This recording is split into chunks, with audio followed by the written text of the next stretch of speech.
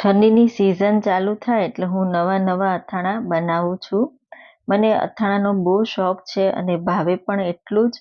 તો આજે હું તમારી સાથે ગોળ કેરી જેવું જ ગાજરનું ગળ્યું અથાણું શેર કરી રહી છું. બહુ ટેસ્ટી એવું તમે રોટલી, ભાખરી, પૂરી, પરાઠા સાથે તમે સર્વ કરી શકો છો. તો હેલો ફ્રેન્ડ્સ, હું છું કાશ્મીરા પટેલ. તમારું સ્વાગત છે મારા કિચનમાં. આજે આપણે બનાવીશું ગાજરનું ગળ્યું અથાણું બનાવવા માટે મેં અહીંયા 500 ગ્રામ જેટલા ગાજર લીધા છે. તો ગાજર તમારે લાલ અને થોડા કડક લેવાના, એટલે અથાણું એકદમ સરસ બને. તો આ રીતે આપણે ગાજરનો ઉપરનો અને નીચેનો ડીટીયાનો ભાગ કાઢી લઈશું. જો વચ્ચે આ રીતે ખરાબ હોય તો તમારે એ રીતે કાઢી લેવાનું અને આ રીતે બે પાર્ટમાં ડિવાઈડ કરી આપણે પિલરની મદદથી છાલ કાઢવાની છે. તો આ રીતે આપણે છાલ કાઢી લઈશું. તો મારા ઘરમાં અથાણા બધાને બહુ જ ભાવે છે અને નવી વેરાયટીના અથાણા બનતા જ હોય છે. તો હું આજે તમારી સાથે આ ગળ્યું અથાણું તમને બનાવીને શેર કરી રહી છું. બહુ ટેસ્ટી એવું બને છે. તો તમે ઠંડીની સિઝનમાં ગાજર ખૂબ જ અવેલેબલ હોય છે અને લાલ ગાજર આવે છે. તો જોતા જ નવું બનાવવાનું મન થઈ જાય છે. તો આ રીતે તમે જરૂરથી ટ્રાય કરજો.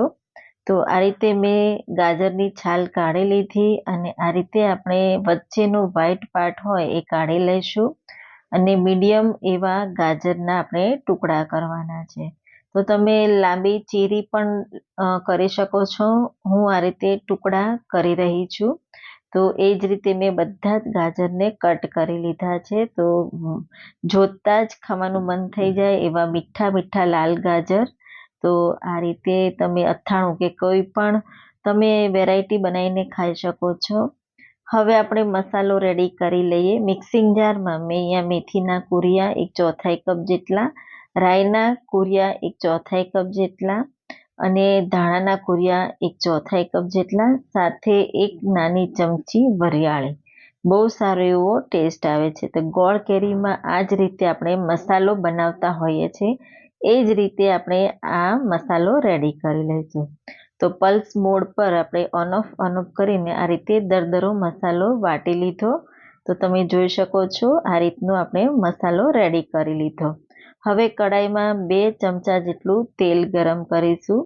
તેલ એકદમ સારું એવું ગરમ થાય એટલે 1 ચમચી જીરું ઉમેરી દઈશું, સાથે 1 ચમચી વરિયાળી. તો બહુ સારો એવો ટેસ્ટ આવે છે. અથાણામાં વરિયાળીનું પ્રમાણ વધારે હશે તો ખાવાની અને ફ્લેવર પણ બહુ સારો એવો આવે છે. 2 થી 3 સૂકા લાલ મરચાં, સાથે આપણે મસાલો પીસ્યો હતો એ અડધો ઉમેરી દઈશું અને તેલમાં એકદમ સારી રીતે આપણે સાતળી લઈશું.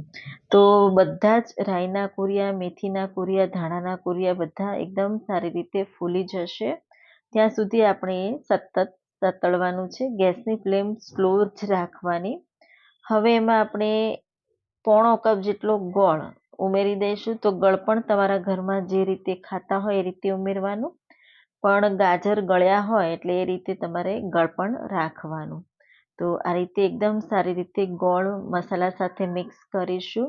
જેમ ગોળ કૂક થશે એમ મેલ્ટ થવા લાગશે. તમે જોઈ શકો છો થોડી જ વારમાં ગોળ એકદમ સારો એવો મેલ્ટ થઈ ગયો. હવે એમાં બાકીનો મસાલો ઉમેરી દઈશું અને એકદમ સારી રીતે આપણે ગોળ સાથે મિક્સ કરવાનો છે. તો મસાલાનું પ્રમાણ તમારે જે રીતે તમે ગાજર લો એ રીતે તમારે રાખવાનું. એકદમ સારી રીતે આ રીતે આપણે મિક્સ કરી દઈશું. મિક્સ થઈ જાય એટલે હવે એમાં આપણે ગાજર ઉમેરી દઈશું. તો મેં અહીંયા 500 ગ્રામ જેટલા ગાજર લીધા છે. તો મસાલાનું માપ, ગોળનું માપ અને ગાજરનું માપ પરફેક્ટ છે. જો તમે કિલો લો તો તમારે બધું જ માપ ડબલ કરી દેવાનું. એકદમ સારી રીતે આપણે ગાજર સાથે ગોળ અને મસાલા મિક્સ કરી લઈશું. હવે એમાં થોડા મસાલા, સૂકા મસાલા, 1 નાની ચમચી હળદર, 1 મોટી ચમચી રેગ્યુલર મરચું, ફરી પાછું 1 નાની ચમચી રેગ્યુલર મરચું ઉમેરી દઈશું. સાથે સ્વાદ પ્રમાણે મીઠું એટલે કે 1 નાની ચમચી મીઠું ઉમેરી દીધું. એકદમ સારી રીતે આપણે મિક્સ કરીશું.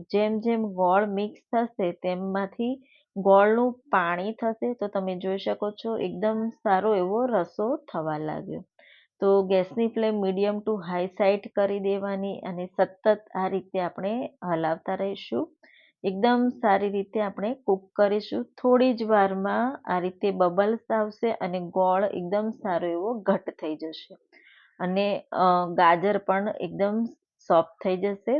હવે આ સમયે આપણે એક નાની ચમચી કાશ્મીરી લાલ મરચું કલર અને દેખાવ માટે, સાથે એક મોટી ચમચી આમચૂર પાવડર ખટાશ માટે એટલે પ્રિઝર્વેટિવનું કામ કરશે.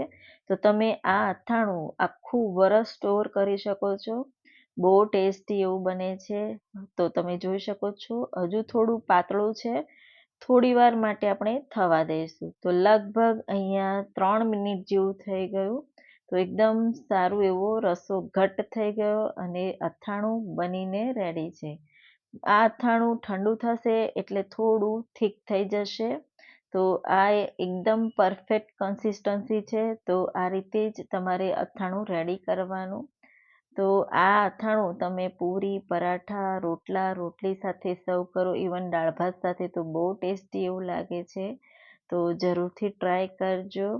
તો ગેસની ફ્લેમ બંધ કરી ઠંડુ કરવા માટે સાઈડમાં મૂકી દીધું. તો ઠંડુ થયા પછી તમે જોઈ શકો છો એકદમ સરળ અને ઇઝી રેસીપી છે.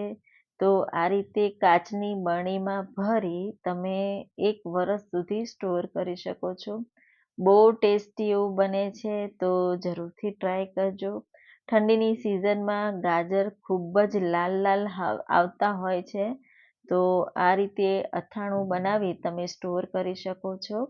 તો આ અથાણું, જો તમને મારી આ રેસીપી ગમી હોય તો મને કોમેન્ટ્સમાં જરૂરથી જણાવજો. રેસીપી ગમી હોય તો લાઈક કરજો, શેર કરજો. આવજો.